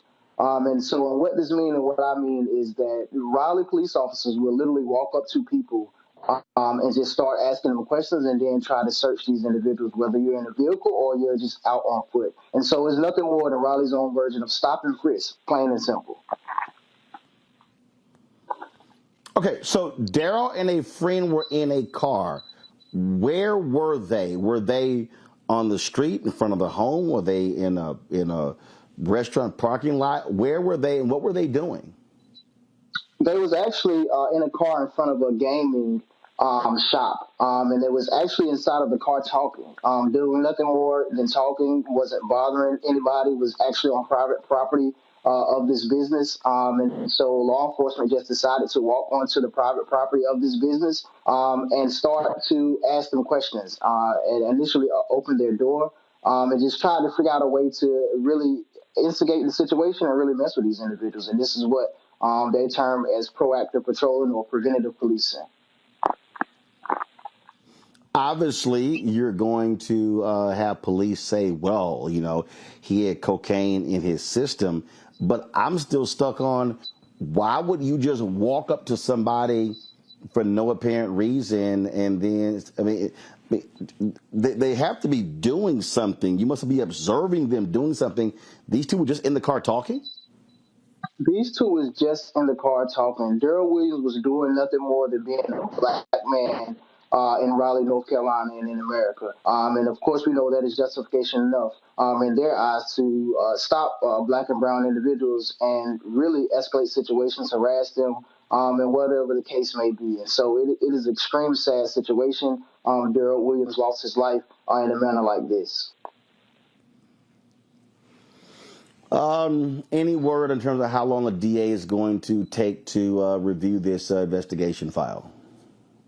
So the DA normally takes 30 days, right? So Raleigh Police Department has a history of brutalizing, terrorizing, and murdering black and brown citizens. And not one time out of any of those incidents has the DA came back with a decision to charge any of these officers. So normally these findings take 30 days after the autopsy is released.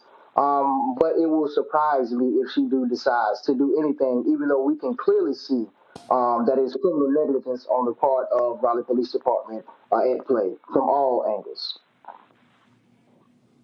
All right, Kerwin Pitwin, we surely appreciate it. Thanks a lot. Thank you. Candace, I want to go to you. Preventative policing? You can't call it preventative policing, but it doesn't prevent a death. That's not policing. That makes no sense. The other thing about this is that you had someone that told these 6 police officers, I believe, that he had a heart condition. Why do you have 6 police officers holding down one man? Now, according to the report, in terms of his autopsy, he was obese. He had a heart problem. This sounds like somebody that 6 police officers without tasing could probably subdue in some way besides tasing the person and then putting him in a prone position. You know what happens when you put a baby in a prone position? Sudden infant death syndrome. That's why they say you don't put anybody, not even a baby, adult, nobody, on their front for that long. So how all of this is something that these police officers did not know going in, I cannot understand. Now, unfortunately, what might happen, just like the previous guest said, is that in 30 days, there may not be any type of charge. This was deemed a homicide, which is a simple killing of one person of another. It's nothing criminal about it yet. There are no charges that have been filed. But what's going to happen here potentially is that they're going to look at the fact that there were drugs in his system. They're going to look at the fact that he did have a heart problem. They're going to look at the fact that he was obese and that there were these other contributing factors to his death. What they have to do is the first thing that you were talking about, and they meaning the attorneys for his family, is they have to prove that this was just an unlawful approaching of the car to begin with. If he was just sitting in there being black in America at 2 a.m. in the morning, 5 a.m., it doesn't matter. He has the right to do that. And that's where I think that the police will have a problem in this process. Mm-hmm. Reese. I mean, I just don't understand how, we've seen traffic stops. We've seen, accusations of a crime being committed, escalated, and none of those were justification for executing a person.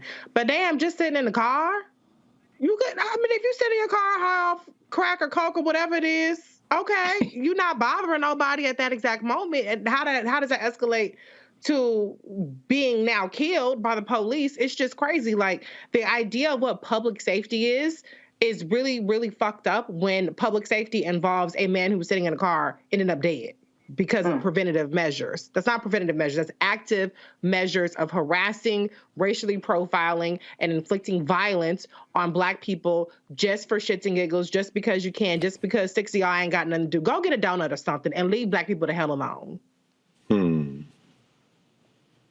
Greg?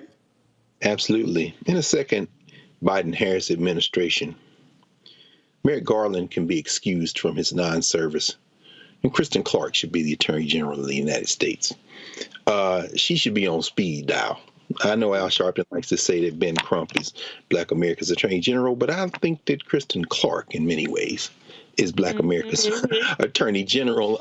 Back in April, Rolling Stone ran an article on the Raleigh police and this funky little ass unit they got called the Department's Vice and Selective Enforcement Unit, their version of SWAT, where they running up in houses looking for drugs. Mm-hmm. Pattern in practice? Come on, Deputy Attorney General Clark. Come on, sister. We know what you do. We know how you get down, and you've been incredibly consistent. It's time to open up a can of whoop ass in the city of Raleigh. And that's all I got to say about that. Folks, hold tight 1 second. Got to go to a break. We can't come back. We've got more news, particularly some breaking news regarding Donald Trump. I'll explain in 2 minutes. You're watching Roland Martin Unfiltered on the Black Star Network. That was a pivotal time. I remember Kevin Hart telling me that. He's like, man, what you doing, man? You got to stay on stage. And I was like, yeah, well, I'm young, thinking, like, I'm good. And he was absolutely right. What show did you have at the time? This was one-on-one. Got it. During that time. So you're doing one-on-one, going great. Yeah. You making money. You like. I'm like, I don't need to leave. I don't need to leave from Wednesday, Thursday to Sunday. I didn't want to do that. It was just like, I'm gonna stay here. Or I didn't want to finish work Friday, fly out, go do a gig Saturday, Sunday. I was like, I don't have to do that. And I lost a little bit of that hunger that I had in New York. I would hit all the clubs, run around. Sometimes me and Chappelle or me and this one or that one, we'd go to the Comedy Cellar at 1 a.m. And that was our life.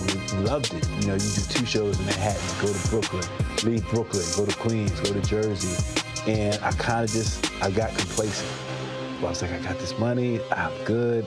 I don't need to go chase that, because that money wasn't at the same level that I was making, but what I was missing was that training. Yes. Was that. And it wasn't the money. It was the money. It was that's what I needed.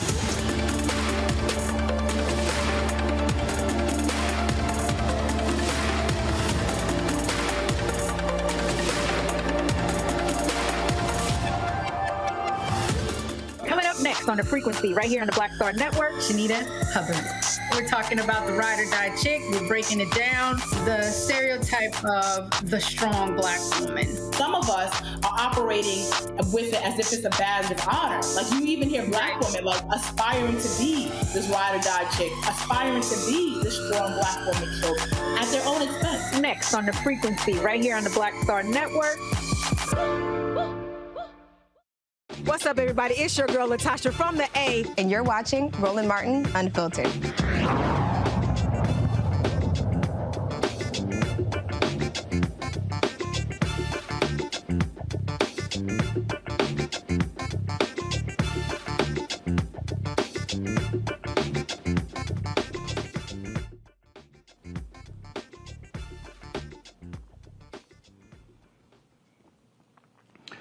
All right, folks, some breaking news. The federal government has indicted Donald Trump in their classified inquiry. ABC News is saying that 2 sources have confirmed that Donald Trump has been indicted. In fact, Trump has tweeted on Truth Social that his attorneys have been informed that he is being indicted and he is to appear in a Miami courthouse on Tuesday at 3 p.m.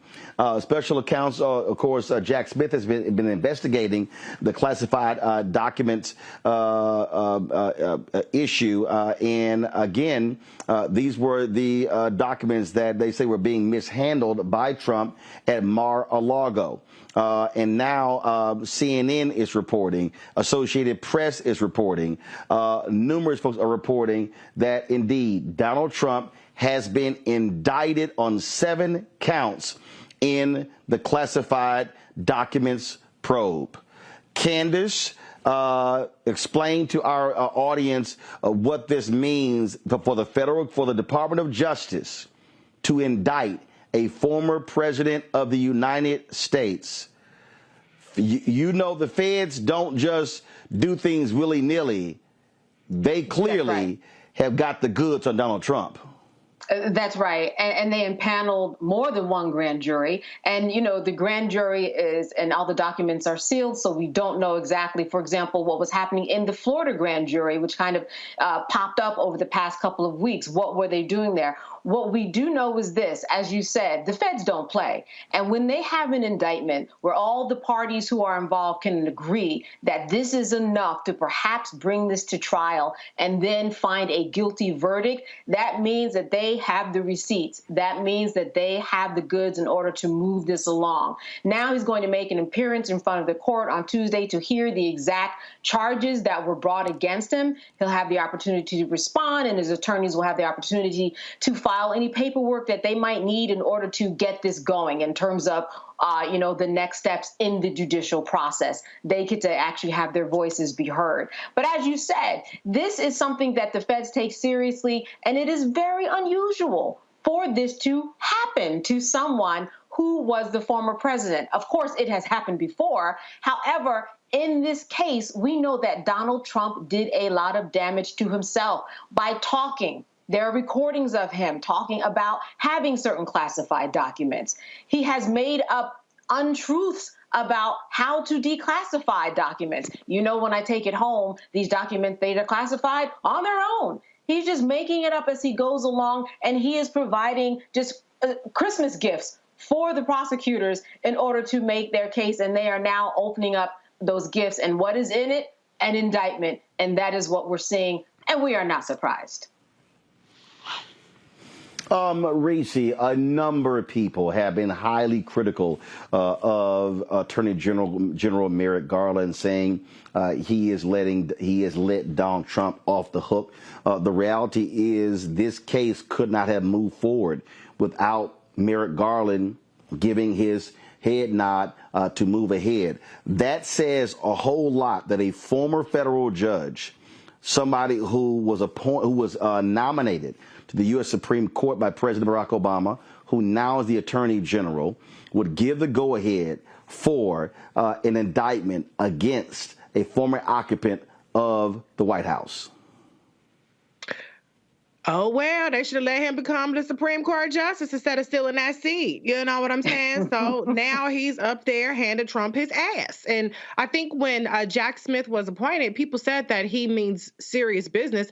And it's clear he didn't lollygag around for years like Mueller did, acting like he didn't really give a damn about the fact that the president was a Manchurian candidate. He got right down to business. And the reality is that Trump is guilty as fuck. He's on tapes, as Candace said, basically talking about classified documents. And this is incredibly severe. I mean, anybody who's ever held a clearance knows that when your first briefing, they scare the shit out of you. I mean, if you are not scared to ever even remotely do anything that could be seen as inappropriate with classified material, then you just don't give a damn about the rule of law. And so this is a chicken's coming home to roost. And we knew during the 2020 campaign, many of us said that the biggest threat to national security is Donald Trump. And he's always played fast and loose with classified documents. He played fast and loose with people even getting classic security classifications. Remember, Ivanka Trump and Jared Kushner could not pass an independent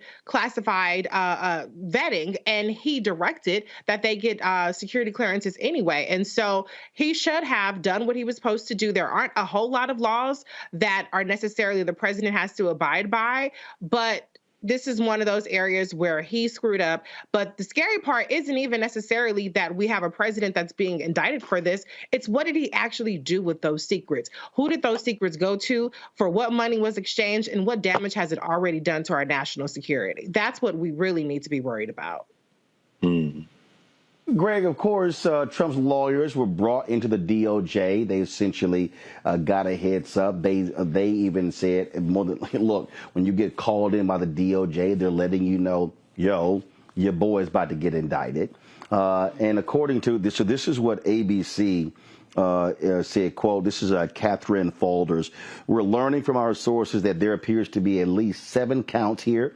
This ranges from everything from the willful retention of national defense information to conspiracy to a scheme to conceal to false statements and representations. We even have seen reports, Greg, that the feds have flipped Mark Meadows, Trump's former chief of staff, and have given him some form of immunity.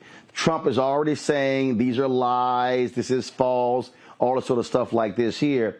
It's going to be a little hard for his MAGA people to try to dismiss the actual former chief of staff, former member of Congress from North Carolina, somehow being part of the radical left out to get him. Dismiss it. They're going to run to it. You know, I keep one of these on the table, Roland. This is the Constitution of the United States. This is the qualification for being president of the United States. No person except a natural-born citizen or a citizen of the United States at the time of the adoption of this Constitution shall be eligible to the office of president.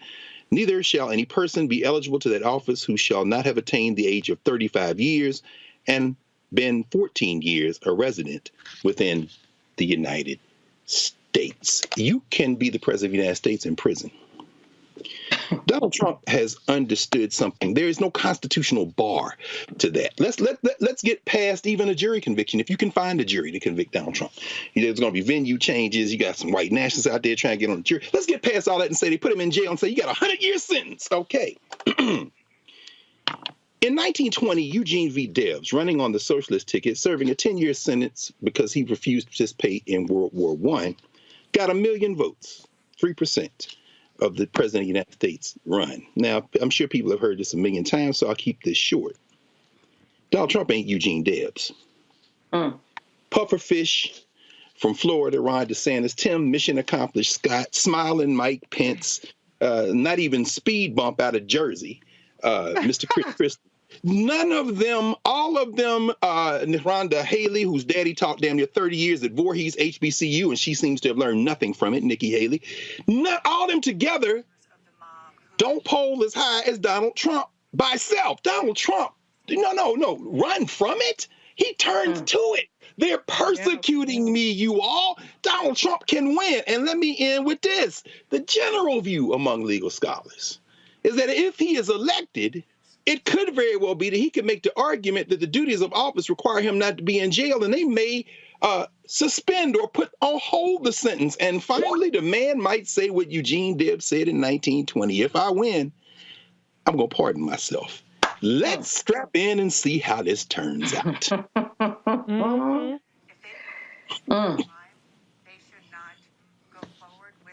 Folks, hold tight 1 second. I'm going to go to a quick break. We're going to come back on Roland Martin Unfiltered. And I'm going to play for y'all this clip that was in the CNN town hall where this fool, Mike Pence, who was Trump's vice president, was asked by Dana Bash about this very issue. And if y'all want to hear a weasel, you're going to hear one in 2 minutes. Back in a moment.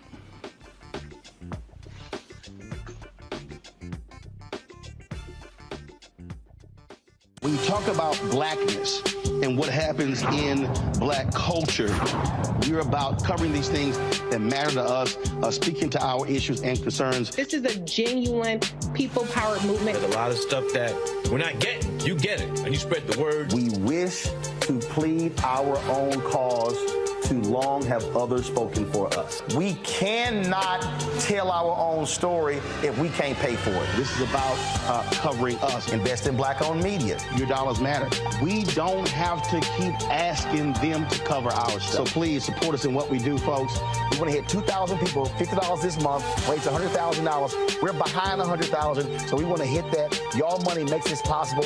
Checks and money orders go to P.O. Box 57196, Washington, D.C. 20037-0196. The Cash App is $RM Unfiltered. PayPal is R Martin Unfiltered. Venmo is RM Unfiltered. Zelle is Roland at RolandSMartin.com.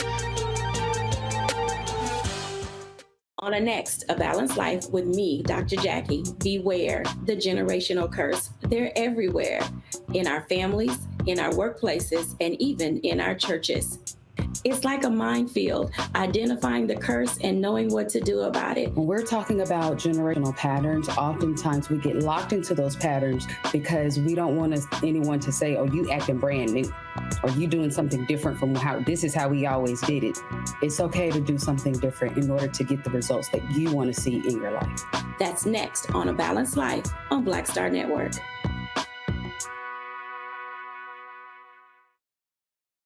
is John Murray, the executive producer of the new Sherry Shepherd Talk Show. You're watching Roland Martin Unfiltered.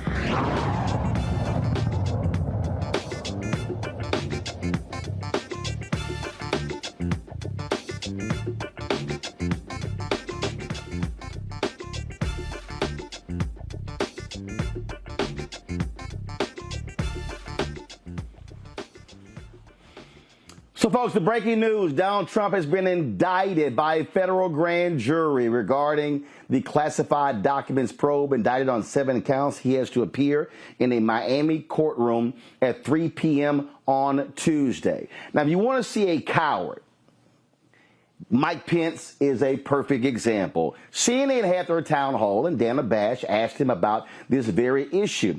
Listen to Mr. Law and Order, who was running out at the mouth about how we need to be prosecuting people for guns and what's happening in Chicago. Listen to what he had to say about, his former guy breaking the law. Solves these issues without an indictment. Sir, I just want to clarify. What you're saying is that if they believe he committed a crime, they should not go forward with an indictment.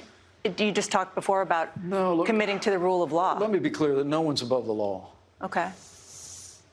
But with regard to the unique circumstances here, look, I had no business having classified documents in my residence, and I took full responsibility for it. President Biden had no business having them in his residence from when he was vice president as well. And the same with former President Trump. But I would just hope that there would be a way for them to move forward without the dramatic and drastic and divisive step of indicting a former president of the United States. We've got to find a way to move our country forward and restore confidence in equal treatment under the law in this country. We really do.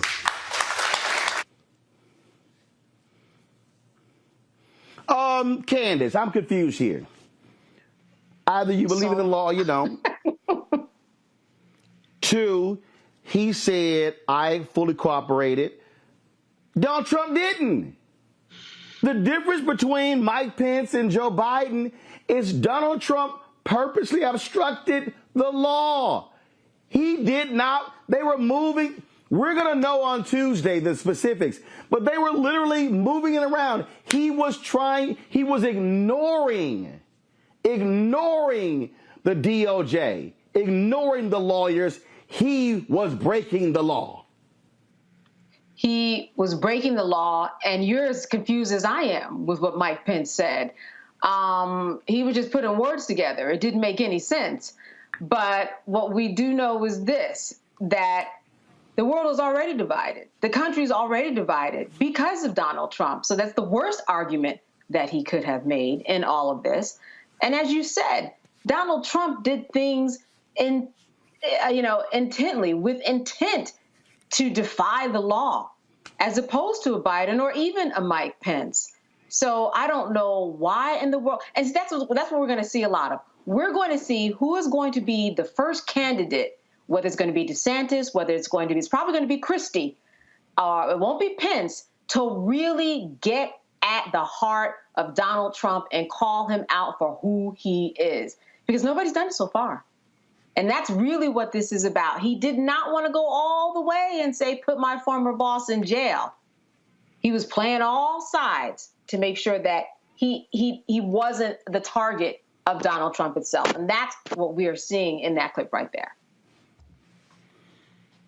See, here I love this, Rishi. We're so divided. Yes, those who break the law and those who don't. Yes, we're divided. Right, we're on the side of those who don't break the law. Trump is on the side of those who love to break the law. And how do you prove that everybody is equal under the law by not indicting the person who's breaking the law just because they were the president? That doesn't make any sense. The math is not math in Mike Pence. But I don't see any Republican really calling out Donald Trump because Donald Trump is still the leader of the Republican Party. And all these people know they cannot beat him. I think, as Dr. Carr said, he's going to run into this. And the reality is the stakes are higher than ever for Donald Trump to continue his campaign so that he can claim some sort of political persecution, 50-50, maybe 65-35, whoever you want to talk to, chance of him getting elected and pardoning himself. This is life or death for Donald Trump. And so he has to keep going. And people in the Republican Party are happy to be HUD secretary, vice president, something along those lines. And so people do not have the balls, the moral courage, or even the decency to say that a former president selling off state secrets is beyond the pale and he needs to step aside and face the music for breaking the law. Absolutely. You know, I love this stupidity here, Greg. Here's this idiot Will Cain of Fox News. I should destroy him when we were at CNN together. He goes, Pence not indicted, Clinton not indicted, Biden not indicted for inappropriate retention of classified documents, leading candidate for president in opposition to current regime Trump indicted for inappropriate retention of classified documents. No, dumbass, it's for obstruction of justice. Mm-hmm. But Roland, you know, I was watching your conversation with Bill Bellamy when you were walking him through the politics of commentary and the conversation you had with Simone Sanders about her and Angela Ryan, how they let Corey Lewandowski run circles around them on a live segment on CNN. What have we learned from the first time Donald Trump ran for president? Here CNN is again, having just lost their head. Allowing these platforms for these fools to dispute his propaganda in a country that ain't that smart to begin with. And what you're basically doing is doing what they did before. This mass commercial and news entertainment media is creating a drama. This is reality television, and Donald Trump is the master of reality television. So all the logic goes out the window. What is the law? See, what you were talking with Bill about was the rules. Different than the law. See, Mike Pence. I remember one time we were down there. You were about to do News One Now, and everybody had the same green room. And Mike Pence came in there. I guess he's going to do Morning Joe. That is the whitest man I've ever seen with my own two eyes. I've never seen anybody without any pigment. You know what I'm saying? I'm like, what the hell? This guy has no pigment. I'm saying that to say that when he barges into Iowa, Tim Scott thinks he's going to get some evangelical vote. But guess what? Smiling Mike's in it now, baby. So the people who believe in Jesus, they ain't going to vote for you, Tim. You can scream Jesus till your teeth fall out, mission accomplished. But that is the whitest man that I've ever seen. He is banking on his whiteness and his onward Christian soldier shtick to get him some of that vote. But why do I put all that? It all comes down to this, though. As long as Donald Trump draws breath, in jail or out, his X factor, he might not win the presidency, but the United States is not a unique country. I know people like say it's the greatest country in the world and the best experiment in democracy. We just saw Erdogan get reelected in Turkey. He got just enough oppression in to split the vote, get to the runoff and win. As long as Donald Trump is in this mix, there is the potential for chaos, whether he wins the nomination or not. All these people are trying to angle to win a primary, but what Mike Pence is doing, this man without a country is trying to figure out a way, well, if he stumbles and if he's not going to stumble. This is about to be chaos. And every time I see Smiling Mike, there are only three words that come to mind. And these are the three words that haunt him every day. January 6th, 2021, hang Mike Pence. Mike Pence know he ain't got a shot in here. He just hoping that something's going to break in his way, and he ain't even got a clue. So he's just up there spinning. And CNN is letting him spin, which is why we got to have the Black Star Network, because you might be the only game in town trying to tell the truth, because the rest of these people are chasing ratings. Well, look, folks, Miami is going to be on and popping at 3 p.m. on Tuesday, when Donald Trump got to walk his orange ass into a federal courthouse in Miami, indicted for the second time. First, it was Alvin Bragg in New York City. Now it is Jack Smith, the special prosecutor, indicting him in Miami. The DOJ is not confirming this. The documents, the indictment is under seal. It will be revealed in court on Tuesday. And so, Fannie Willis, we waiting on you. We waiting on you. Let's go ahead and go for the hat trick, make it a trifecta, and hit his ass with a third indictment. It's going to be real interesting. Look, we know how he's going to respond, and we know his ignorant MAGA supporters are going to try to make every other excuse as well. But final comment here, Candace. When those prosecutors have to reveal in court that they have recordings of people admitting to him moving documents, when they reveal a lot of this stuff in that charging document, it's going to be a little hard for a lot of these Republicans to try to explain that one away. It will. And following the indictment that Alvin Bragg brought upon Donald Trump, which people say was not as detailed as they would have liked to have seen, I bet they're going to do their job this time. Tuesday's going to be something else when that indictment comes down and we get to read all the details. It's going to be a lot more than Bragg had. And as you said, there's going to be a lot more evidence supporting what Donald Trump did in terms of obstructing justice. All right, then. Candace, Reese, Greg, we certainly appreciate y'all joining us. Oh, it's a beautiful day in the neighborhood. A beautiful day in the neighborhood. All right, folks. I appreciate it. Thanks a bunch. Y'all, tomorrow we'll be live. Merle Evers Williams from Jackson, Mississippi, 90 years old, the widow of Medgar Evers, former chair of the board of the NAACP.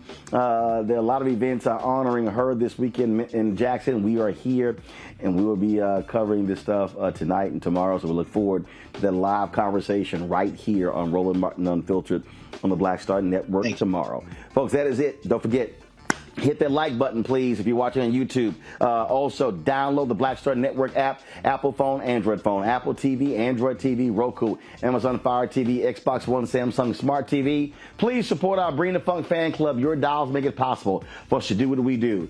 So please send your check and money order to P.O. Box 57196, Washington, D.C., 20037-0196. Cash App, $RM Unfiltered, PayPal, R Martin Unfiltered, Venmo is RM Unfiltered, Zelle, Roland at RolandSMartin.com, Roland at RolandMartinUnfiltered.com, and of course, be sure to get a copy of my book, White Fear: How the Browning of America is Making White Folks Lose Their Minds. Available at bookstores nationwide, Barnes & Noble, Amazon, Books A Million, Target.